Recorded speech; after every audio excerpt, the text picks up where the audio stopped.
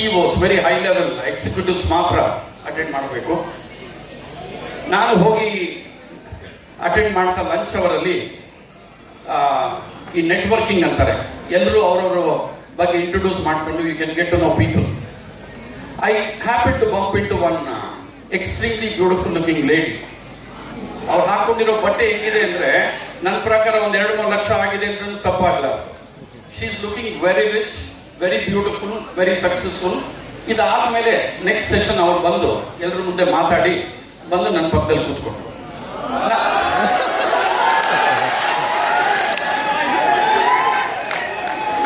ಅದು ಇಂಪಾರ್ಟೆಂಟ್ ಅಲ್ಲ.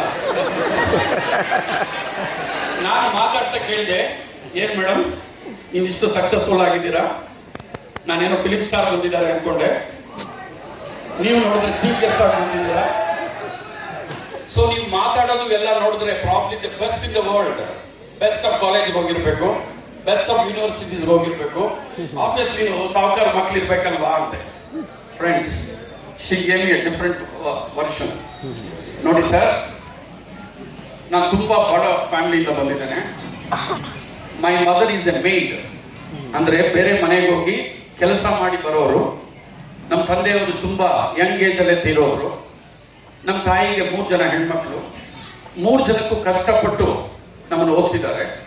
ಚಿಕ್ಕವರವಾಗ ಒಂದೇ ಒಂದು ಹೇಳಿದ್ರು, ನೋಡಮ್ಮ ನನ್ನ ಹಣೆ ಬರ ಬೇರೆ, ನಾನು ಕಷ್ಟಪಟ್ಟು ನಿಮ್ಮನ್ನೆಲ್ಲ ಓದಿಸ್ತೀನಿ, ಓದ್ಬಿಟ್ಟು ಮುಂದಕ್ಕೆ ನೀವು ದೊಡ್ಡವರಾಗೋದು ಅದು ನಿಮ್ಮ ಹಣೆ ಬರ. ನೀವು ಕಷ್ಟಪಟ್ಟು ಮುಂದಕ್ಕಾದ್ರೆ ಒಳ್ಳೆ ವಿದ್ಯಾರ್ಥಿ ಆಗಿ ಚೆನ್ನಾಗಿ ದುಡಿದು ಒಳ್ಳೆ ಕೆಲ್ಸಕ್ಕೆ ಹೋಗ್ಬೋದು. ಇಲ್ವಾ ನನ್ನ ಕೆಲಸ ನಿಮ್ಗೆ ಯಾವಾಗಲೂ ಇದ್ದೇ ಇದೆ, ಯಾವಾಗ ಬೇಕಾದ್ರೂ ನಾನು ನಿಮ್ಮನ್ನ ಕೆಲ್ಸಕ್ಕೆ ಸೇರಿಸ್ಬೋದು. ಆ ಮಾತು ಕೇಳಿದಾಗ ಆವತ್ತು ನಮ್ಗೆ ತಟ್ಟಿರೋ ಪಾಠ, every time when I close my ice and look back, ನಾನು ಬೇರೆಯವ್ರ ಮನೆ ಕೆಲ್ಸಕ್ಕೆ ಹೋಗ್ಬೇಕಾ ಅಥವಾ ಕಂಪ್ನಿಲಿ ಹೋಗ್ಬಿಟ್ಟು CEO ಕೆಲಸ ಮಾಡಬೇಕಾ ಅಂತ ಛಲ ಇಟ್ಕೊಂಡು ಟುಡೇ ಫಸ್ಟ್ ಬಿಗಿನಿಂಗ್ ಅಲ್ಲಿ ಸ್ವಲ್ಪ ಕಷ್ಟ ಆಯ್ತು, but as I progress day after day I did so ಫೇರಿಂಗ್ಲಿ ವೆಲ್. ಎಷ್ಟು ಚೆನ್ನಾಗಿ ನಾನು ಓದಿದೆ, ಎಷ್ಟು ಚೆನ್ನಾಗಿ ಮುಂದಕ್ಕೆ ಹೋದೆ ಅಂದ್ರೆ I have worked in the top companies in the world. 25ರಿಂದ 30 ದೇಶ ಸುತ್ತಿದ್ದೇನೆ. I am the CEO level ಅಲ್ಲಿ ನಾನು ಸ್ಪೀಚ್ ಕೊಡಬಲ್ಲೆ.